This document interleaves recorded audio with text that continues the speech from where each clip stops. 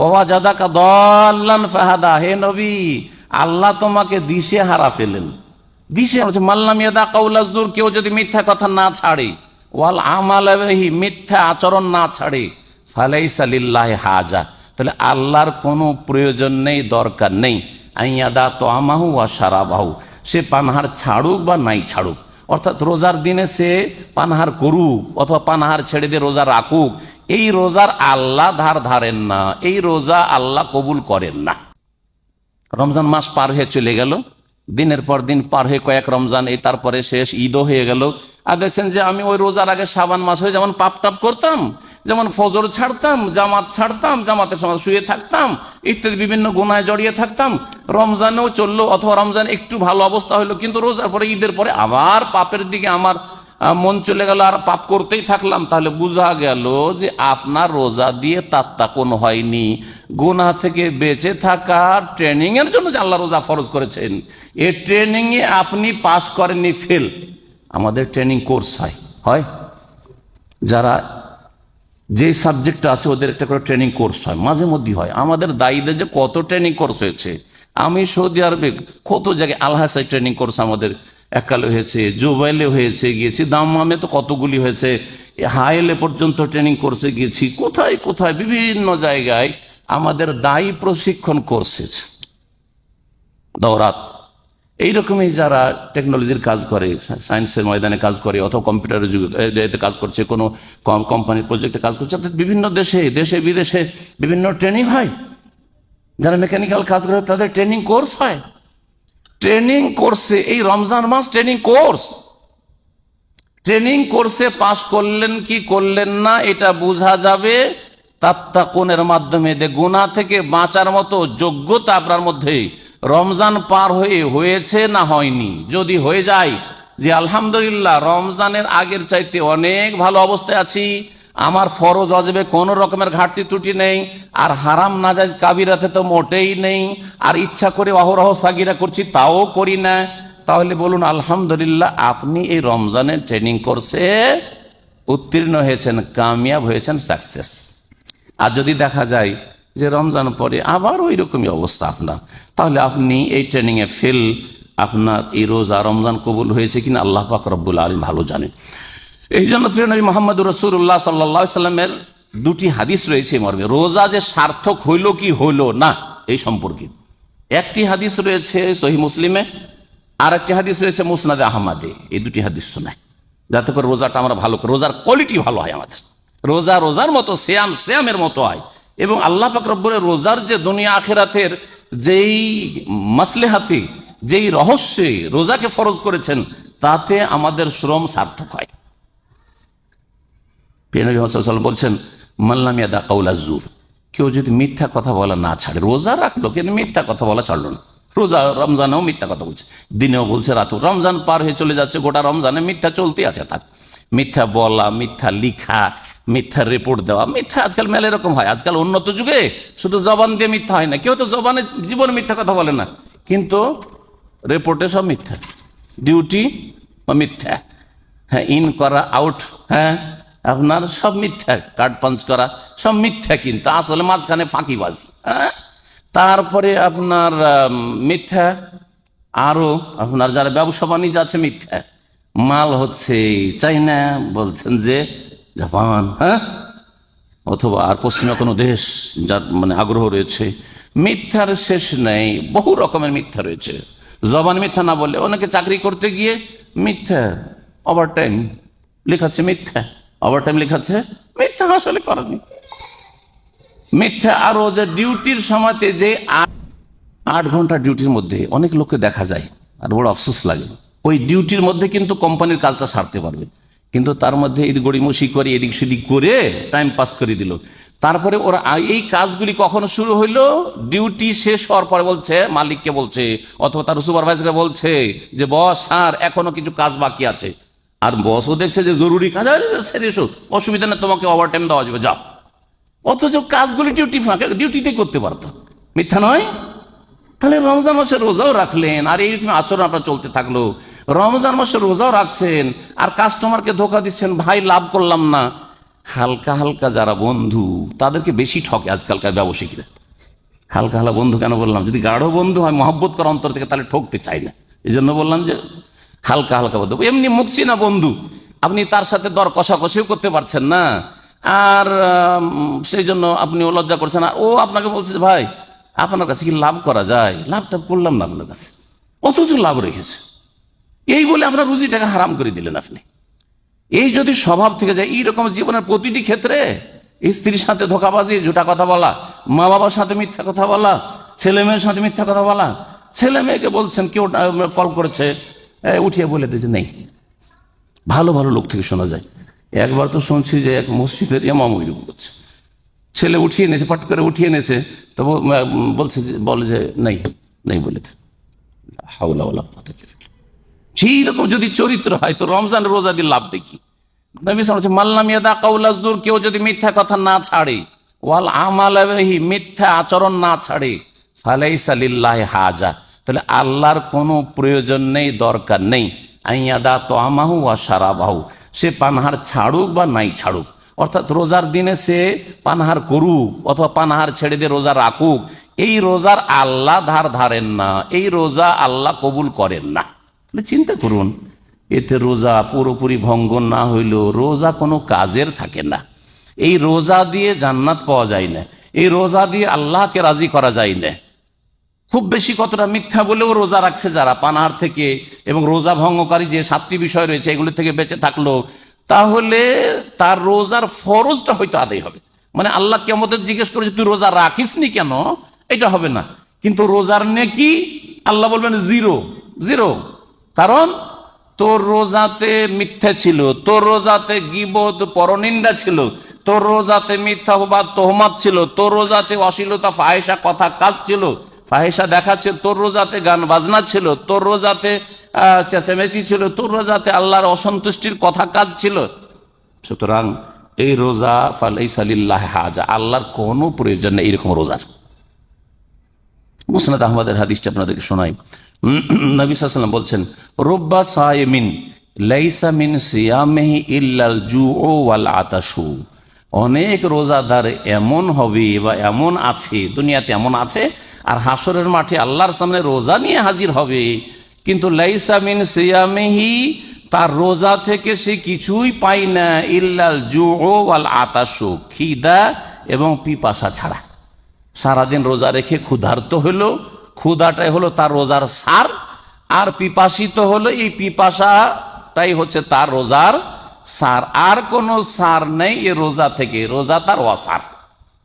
তাহলে এইরকম যদি রোজা হয় তাহলে রোজা কোনো কাজে আসবে না। রোজা ফরজ করার বড়ই আল্লাহ পাকের পক্ষ থেকে রহস্য রয়েছে, হেকমত রয়েছে, তত্ত্ব রয়েছে। সুতরাং রোজা যেন কাজের মতো রোজা হয়, এইটাই বলার উদ্দেশ্য ছিল আমার এই আলোচনাতে। আল্লাহ পাক রোজা ফরজ করেছেন, রোজা রমজান মাসের রোজা ফরজ, আর অন্য কোনো সময় রোজা আল্লাহ ফরজ করেননি। বাকি সারা বছর রোজা সুন্নত মুস্তাহাব, রাখলে নেকি, না হলে নেকি নয়। আপনার নেকি কমলো কিন্তু গুনাহ হবে না।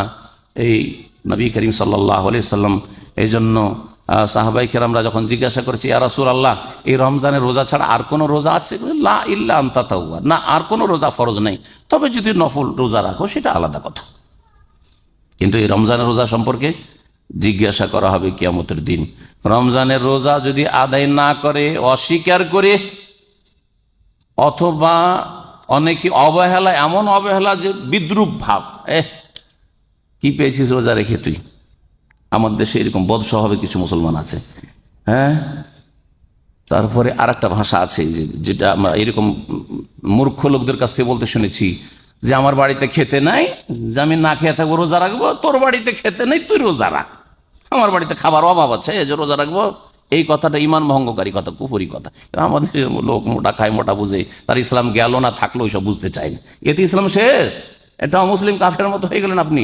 সুতরাং সাবধান, আল্লাহর দিন নিয়ে কখনো রহস্য করা, মজাক করা, বিদ্রুপ করা, হেউ মনে করা, তুচ্ছ মনে করা, এগুলো হচ্ছে কুফরি কাজ। খবরদার এগুলো যেন না থাকে। শ্রদ্ধার সাথে, এহতেরামের সাথে, মহব্বতের সাথে এবং এই সেন্স নিয়ে, অনুভূতি নিয়ে যে আল্লাহ পাক আমার এটা ফরজ করেছেন, এটা আমার ফরজ দায়িত্ব এবং এতে আমার সার্বিক কল্যাণ রয়েছে, দুনিয়া আখিরাতের মঙ্গল রয়েছে। আল্লাহ পাক আমার মঙ্গলই চেয়েছেন রোজার মাধ্যমে, এই খিদার মাধ্যমে আল্লাহ পাক রব্বুল আলামিন সন্তুষ্টি হাসিল হবে এবং দুনিয়া আখিরাতের আমার বালা মুসিবত থেকে মুক্ত থাকতে পারবো ইত্যাদি। আল্লাহ পাক রমজান মাসের কথা উল্লেখ করে আগের আয়াতগুলিতে বলছে শাহরু রমাদান আল্লাযী উনজিলা ফীহিল কোরআন, রমজান এমন একটি মাস যেই মাসে কোরআন নাজিল করা হয়েছে। এই অংশটুকুতে রমজান মাসের ফজিলতের দিকে ইঙ্গিত করা হয়েছে। কোরআনে কারীমের কথা কিন্তু ইশারা ইঙ্গিত। যারা সূক্ষ্ম দৃষ্টি রাখে, গভীরভাবে তাফসীর পড়ে অথবা গভীরভাবে চিন্তা করে, তাদাব্বুরে কোরআন যেটাকে বলা হচ্ছে, আফা ইয়াতাদাব্বারুন আল কোরআন, আল্লাহ দুটি আয়াতে বলেছেন। কোরআন সম্পর্কে তারা গভীরভাবে চিন্তা করে না। গভীরভাবে চিন্তা করা মানে এই নয় যে কোরআন গবেষণা করে আপনি সায়েন্স বের করবেন, আপনি বৈজ্ঞানিক হবেন, এটা আসলে বুঝাই না। এক শ্রেণীর লোকেরা ভুল বুঝে। কোরআনের গভীরে ঢুকে যাওয়া মানে কোরআন থেকে জীবন গড়া পুরোপুরি এবং প্রত্যেকটি কথাকে বুঝে উপলব্ধি করে সেটার বাস্তবায়ন প্র্যাকটিক্যাল করার চেষ্টা করা, এটা হচ্ছে তাদাব্বুরে কোরআন। আল্লাহ পাক কোরআন গভীরভাবে পড়তে বলেছেন। শুধু কোরআনে কারীমের অক্ষরের জ্ঞান আর তেলাওয়াত করা নয়, আর নেকি পাওয়ার নয় যে 10 নেকি করে এক এক অক্ষরে ফেললাম, আর কোরআনে কারীমের শুধু তর্জমাটা শুনে নিলেন, পড়ে নিলেন, এইটাই কোরআন জানা নয়, আর কোরআনে কারীমের কোনো রকম হালকা টেনে টেনে কিছু অর্থ বুঝেন সেটাও নয়, বরং কোরআনে কারীম সম্পর্কে গভীরভাবে চিন্তা করতে হবে। তো আল্লাহ পাক বলছেন রমজান এমন একটি মাস যেই মাসে কি করা হয়েছে, কোরআন নাজিল করা হয়েছে। তর্জমা হয়ে গেল, তাফসীর ব্যাখ্যা হয়ে গেল যে রমজান মাসে কি হয়েছে, কোরআনটা কখন নাজিল হয়েছে, রমজান মাসে নাজিল হয়েছে। কিন্তু এর গভীরতাতে যাওয়া হচ্ছে যে রমজান মাসে আল্লাহ কোরআন নাজিল করে এই কোরআন দিয়ে কি করেছেন। আমার মতো আপনার মতো কোটি কোটি মানুষকে রাসূলুল্লাহ সাল্লাল্লাহু আলাইহি ওয়াসাল্লামের জামানা থেকে আজ পর্যন্ত এবং কিয়ামত পর্যন্ত জাহান্নামের রাস্তা থেকে জান্নাতের রাস্তায় লাগিয়েছেন। কি দিয়ে? কোরআন দিয়ে। এই আল্লাহর দয়াটা মানব জাতির উপর, আদম সন্তানের উপর কখন হয়েছে? কখন হয়েছে? রমজান মাসে হয়েছে। রমজান মাসে আল্লাহ পাক রব্বুল আলামিন তার রহমতের দৃষ্টি দিলেন জমিনের দিকে, আর দেখলেন যে মানুষ সমস্ত কুফরিতে, পাপে, অন্ধকারে ডুবে আছে, পাপাচারের অন্ধকারে ডুবে আছে। এই মর্মে একটি হাদিস রয়েছে, প্রিয় নবী মুহাম্মদ রাসূলুল্লাহ সাল্লাল্লাহু আলাইহি ওয়াসাল্লাম বলছেন, ইন্নাল্লাহা নাযারা ইলা আহলিল আরদি, আল্লাহ পাক দৃষ্টিপাত করলেন জমিনবাসীর দিকে। জমিনবাসী কারা? মানুষ আর জিন বোঝানো হয়েছে এখানে। মানুষ জিনের দিকে আল্লাহ নজর দিলেন, দেখলেন আল্লাহ পাক রব্বুল আলামিন। ফামাকাতাহুম আরাবাহুম ওয়া আজামাহুম, আর আল্লাহ পাক অসন্তুষ্ট হয়ে গেলেন আরব, আজম, আরব ও অনারব, সারা বিশ্বের আদম সন্তানকে দেখে যে হায়রে সকলে কুফরিতে, শিরকে আর পাপে আর হানাহানি, খুন করায় আর ব্যভিচারে আর অশ্লীলতায়, সমস্ত পাপে জড়িয়ে গেছে, পাপে ডুবে আছে। ফামাকাতাহুম আরাবাহুম ওয়া আজামাহুম, আরব অনারব সকলের উপর আল্লাহ অসন্তুষ্ট হয়ে গেলেন যে এই দৃশ্য, এই অবস্থা। ইল্লা বাকায়া মিন আহলিল কিতাব, অল্প হাতে গোনা কয়েকজন আহলি কিতাব, মুসা আলাইহিস সালামের খাঁটি অনুসারী, আজকালকার মতো ভেজাল এগুলো নাই, হ্যাঁ, যারা ধর্মকে বিকৃত করেছে মুসা আলাইহিস সালামের ধর্মের নামে, ঈসা আলাইহিস সালামের ধর্মের নামে ত্রিত্ববাদের শিরক কুফরি করেছে, ঈসা আলাইহিস সালামকে আল্লাহর পুত্র সাব্যস্ত করেছে, এইরকম কাফের গুলো নয়, বরং যারা সঠিক ঈসা আলাইহিস সালাম অনুসারী ছিল, ঈসা আলাইহিস সালামকে আল্লাহর বান্দা মনে করতো, আল্লাহর রসুল মনে করতো, এবং ঈসা আলাইহিস সালামের মাকে সতী সাধ্বী মনে করতো, হ্যাঁ, তাদেরকে মাবুদ বানায়নি। যারা যারা তৌহিদের ওপর ছিল, তারা ছিল কোথায়? ফিসসাওয়ামে, ফিসসাওয়ামে, তারা তাদের উপাসনালয়ে, ওয়াল আদইরাতে, আর তারা তাদের যেসব চার্চ ছিল, গির্জা ছিল, সেগুলিতে যারা, অথবা সংসার ত্যাগী বনে জঙ্গলে তারা ইবাদত বন্দি করছে, মানুষের পাপাচার দেখে তারা বনে জঙ্গলে চলে গেছে, ওই রকম লোকগুলিকে কিছু আল্লাহ দেখলেন যে এগুলি আল্লাহর সন্তুষ্টির কাজে, মানে তৌহিদের ওপর আছে, আল্লাহর ইবাদত বন্দিগির ওপর আছে। মাত্র হাতে গোনা কিছু লোক, সারা পৃথিবী পূর্ব থেকে পশ্চিম পর্যন্ত সকলের আল্লাহ নারাজ হয়ে গেলেন। তারপরে শেষ নবী মুহাম্মদ রাসূলুল্লাহ সাল্লাল্লাহু আলাইহি সাল্লামকে মক্কা নগরীতে তার 40 বছর বয়সে রেসালাত নবুয়ত দিয়ে সম্মানিত করলেন। কোরআন নাযিল হলো, ইকরা বিসমি রাব্বিকাল্লাযী খালাক। এই ইকরা বিসমি রাব্বিকাল্লাযী খালাক যে কোরআন শুরু হয়েছিল নাযিল হওয়া হীরা পাহাড়ের গুহায়, সেটা ছিল রমজান মাস। রমজান মাসের কোন তারিখ ছিল এই নিয়ে বড় দ্বিমত রয়েছে। কেউ বলেছেন 27শে রমজান ছিল, একটি উক্তি। কেউ বলেছেন অন্য কোনো দিয়ে 21শে রমজান ছিল, কেউ বলেছেন 17 রমজান ছিল। নানা মত রয়েছে, সেগুলি দেখার বিষয় নেই, যেই দিনে হোক। এক কথায় রমজান মাসে প্রথম আল কোরআনের লাইট পড়েছে বিশ্বের ওপর। ইকরা বিসমি রাব্বিকাল্লাযী খালাক, খালাকাল ইনসানা মিন আলাক, ইকরা ওয়া রাব্বুকাল আকরাম আল্লাযী আল্লামা বিল কলম আল্লামাল ইনসানা মা লাম ইয়ালাম। এই 5টি আয়াত নাজিল হওয়া শুরু হয়েছে এবং তাতে জানিয়ে দেওয়া হয়েছে যে এখন আল্লাহর পক্ষ থেকে নবীর কাছে ওহী আসা শুরু এখন দ্বিতীয় পর্বে আইয়ুহাল মুদ্দাসির, সূরা মুদ্দাসির। এভাবে তো শাহরু রমাদান আল্লাযী উনজিলা ফীহিল কুরআন, রমজান এমন একটি মাস যেই মাসে আল কোরআন নাজিল হয়েছে। যে মাসে কি হয়েছে? কোরআন নাজিল হয়েছে। এই কোরআনের মাধ্যমে বলেন আমিও হিন্দুরই সন্তান থাকতাম, আর না হলে আর কোন কাফের মুশরিকের সন্তান থাকতাম না যদি কোরআন নাজিল না হইতো। আপনার কথা বললে আপনার রাগ হইতে পারে, আমি নিজের কথা বললাম, ঠিক কিনা? সাহাবায়ে কেরাম আবু বকর, ওমর, ওসমান তারা কি অবস্থায় ছিলেন? যদি কোরআন নাজিল না হইতো, নবীও জানতেন না, আর নবী না জানলে কি শিখাইতেন তিনি? তাই আল্লাহ কোরআন একটি আয়াতে বলেছেন মা কুনতা তাদরি মাল কিতাব ওয়ালাল ঈমান।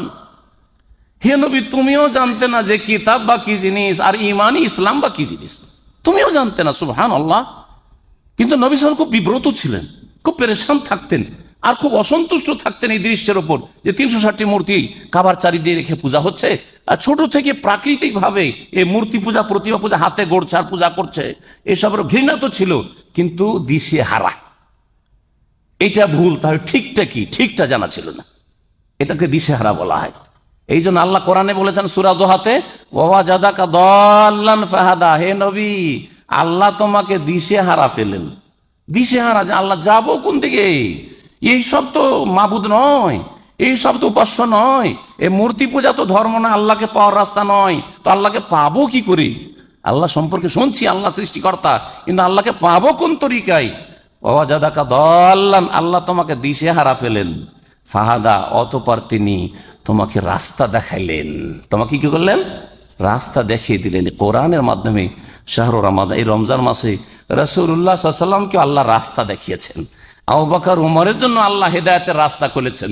সকল মুমিন মুসলিমের জন্য, মুমিন মুমিনাতের জন্য আল্লাহ পাক রাস্তা খুলেছেন। তাহলে রমজানের কত বড় ফজিলত, যে রমজান কত যে রহমতের মাস, যে রহমতের মাধ্যমে আমরা হেদায়েত পেয়েছি। আল্লাহ পাক যেন হেদায়েতের উপর আমাদেরকে টিকে থাকার তৌফিক দান করেন।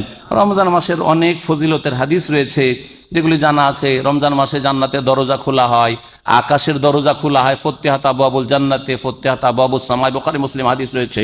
আকাশের দরজা খোলা হয় মানে রহমতের দরজা খোলা হয়। জান্নাতের দরজা খোলা হয়, জান্নাতে যাওয়া বান্দাদের জন্য সহজ হয়ে যায়। ওয়াগুল্লিকাত আবওয়াবুল জাহিম, আর জাহান্নামের দরজা বন্ধ করে দেওয়া হয় যাতে করে পাপের রাস্তা সংকুচিত হয়ে যায়। ও সুফেদাতি শায়াতিন বা সুলসিলাতি শায়াতিন, বিভিন্ন ভাষা দিয়ে রয়েছে। শয়তানকে শিকলাবদ্ধ করে দেওয়া হয় যাতে করে শয়তান, জিন শয়তান আর বেশি বিভ্রান্ত না করতে পারে। একটা মাস অন্তত জিন শয়তানের অনিষ্ট থেকে, ওয়াসওয়াসা থেকে, কুমন্ত্রণ থেকে আদম সন্তানকে বাঁচানো সম্ভব হয়।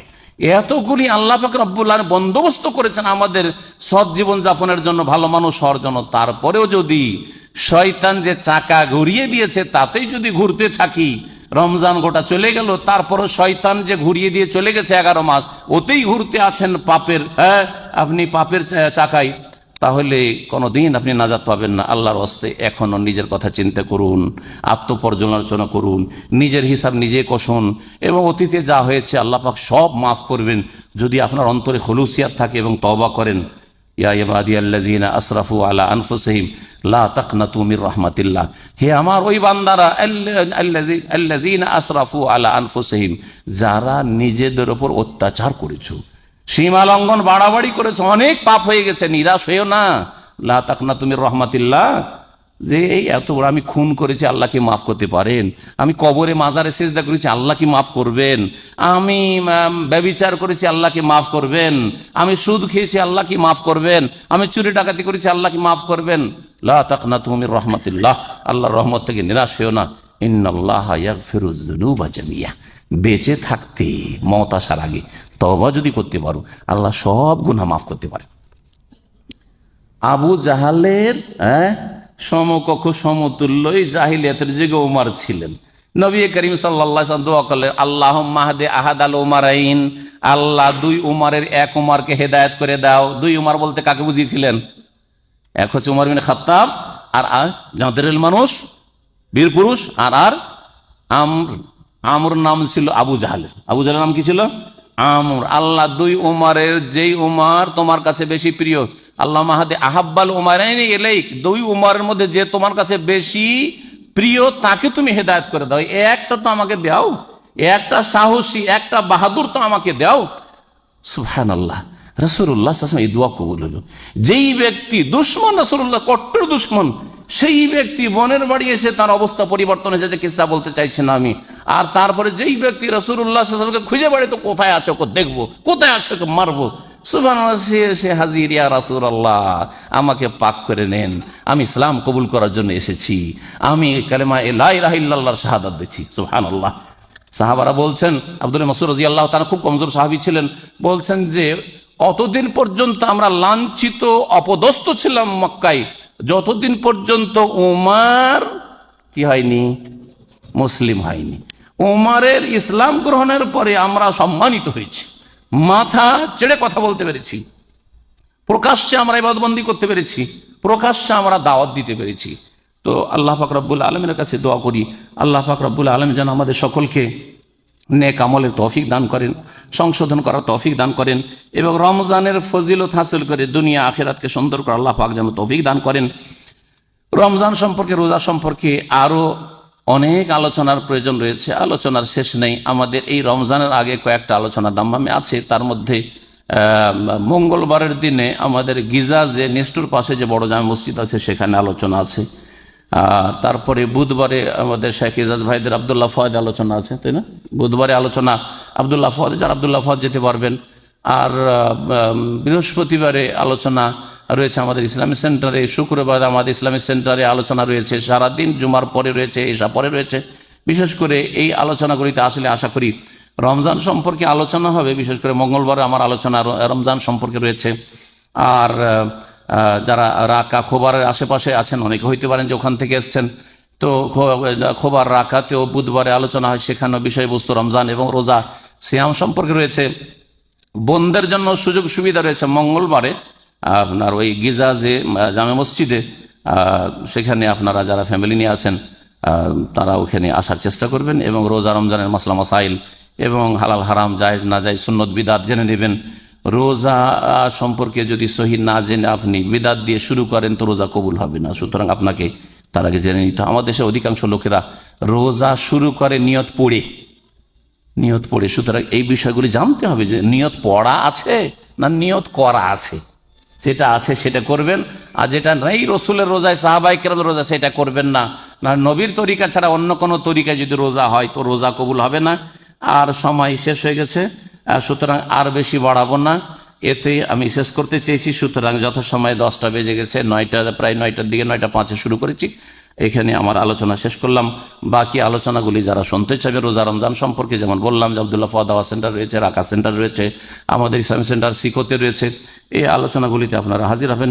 পরিবারের জন্য আমাদের সুযোগ সুবিধা বৃহস্পতিবার রাতে রয়েছে, শুক্রবার এশা পরেও রয়েছে, সুতরাং পরিবার নিয়ে আপনারা সেখানে আসার চেষ্টা করেন। আর এগুলো সাপ্তাহিক আলোচনা, আমাদের মাসিক আলোচনা নয়, সাপ্তাহিক আলোচনা। আল্লাহ পাক রব্বুল আলামিন যেন আমাদেরকে দিন জানার তৌফিক দান করেন, দিন মেনে চলার তৌফিক দান করেন, রোজা রমজান দিয়ে আমাদেরকে দুনিয়া আখিরাতে ধন্য হওয়ার তৌফিক দান করেন।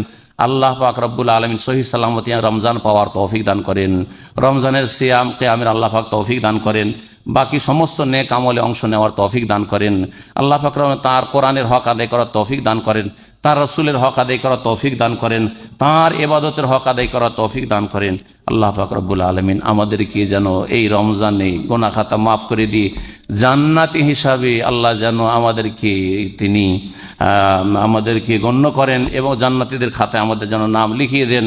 আল্লাহ পাক রব্বুল আলামিন আমাদের পরিবার পরিজনকে সুখে রাখেন, আমাদের ধন সম্পদে আল্লাহ রিজিকে বরকত দান করেন, ছেলে মেয়েকে আল্লাহ পাক নেক বানাবার, নামাজি বানাবার তৌফিক দান করেন। আল্লাহ পাক রব্বুল আলামিন সমস্ত বালা মুসিবত থেকে হেফাজত করেন। আল্লাহ পাক দুনিয়ার যত বালা মুসিবত রয়েছে, বিপদ আপদ, সমস্ত ফিতনা থেকে আল্লাহ পাক আমাদের যেন বাঁচিয়ে রাখেন। আল্লাহ পাক রব্বুল আলামিনের কাছে আবার দোয়া করি, আল্লাহ আমাদের গুনাহ খাতা তুমি মাফ করে দাও। রমজান পাওয়ার আমাদের তৌফিক দান করো। রমজানে আমাদের সমস্ত গুনাহ খাতা মাফ করে দাও। রমজানে আমাদেরকে জান্নাতি বানিয়ে দাও এবং রমজানের পরে যতদিন আমরা থাকবো আল্লাহ জান্নাতের পথে আমাদের চলার যেন তৌফিক দান করো, আর জাহান্নামের পথ থেকে আমাদেরকে বাঁচিয়ে রাখো। আল্লাহ পাক রব্বুল আলামিনের কাছে এই দোয়া করি। আমার আলোচনা শেষ করছি। রব্বানা আতিনা ফিদ দুনিয়া হাসানা ওয়া ফিল আখিরাতি হাসানা ওয়া কিনা আযাবান নার। রব্বানা যালামনা আনফুসানা ওয়া ইল্লাম তাগফির লানা ওয়া তারহামনা লানাকুনান্না মিনাল খাসিরিন। রব্বানা ইগফির লানা ওয়া লিইখওয়ানিনা আল্লাযীনা সাবাকুনা বিল ঈমান ওয়া লা তাজআল ফি কুলুবিনা গিল্লাল লিল্লাযীনা আমানু রব্বানা ইন্নাকা রাউফুর রহিম। সুবহান রাব্বিকা রাব্বিল ইজ্জাতি আম্মা ইয়াসিফুন ওয়া সালামুন আলাল মুরসালিন ওয়াল হামদুলিল্লাহ।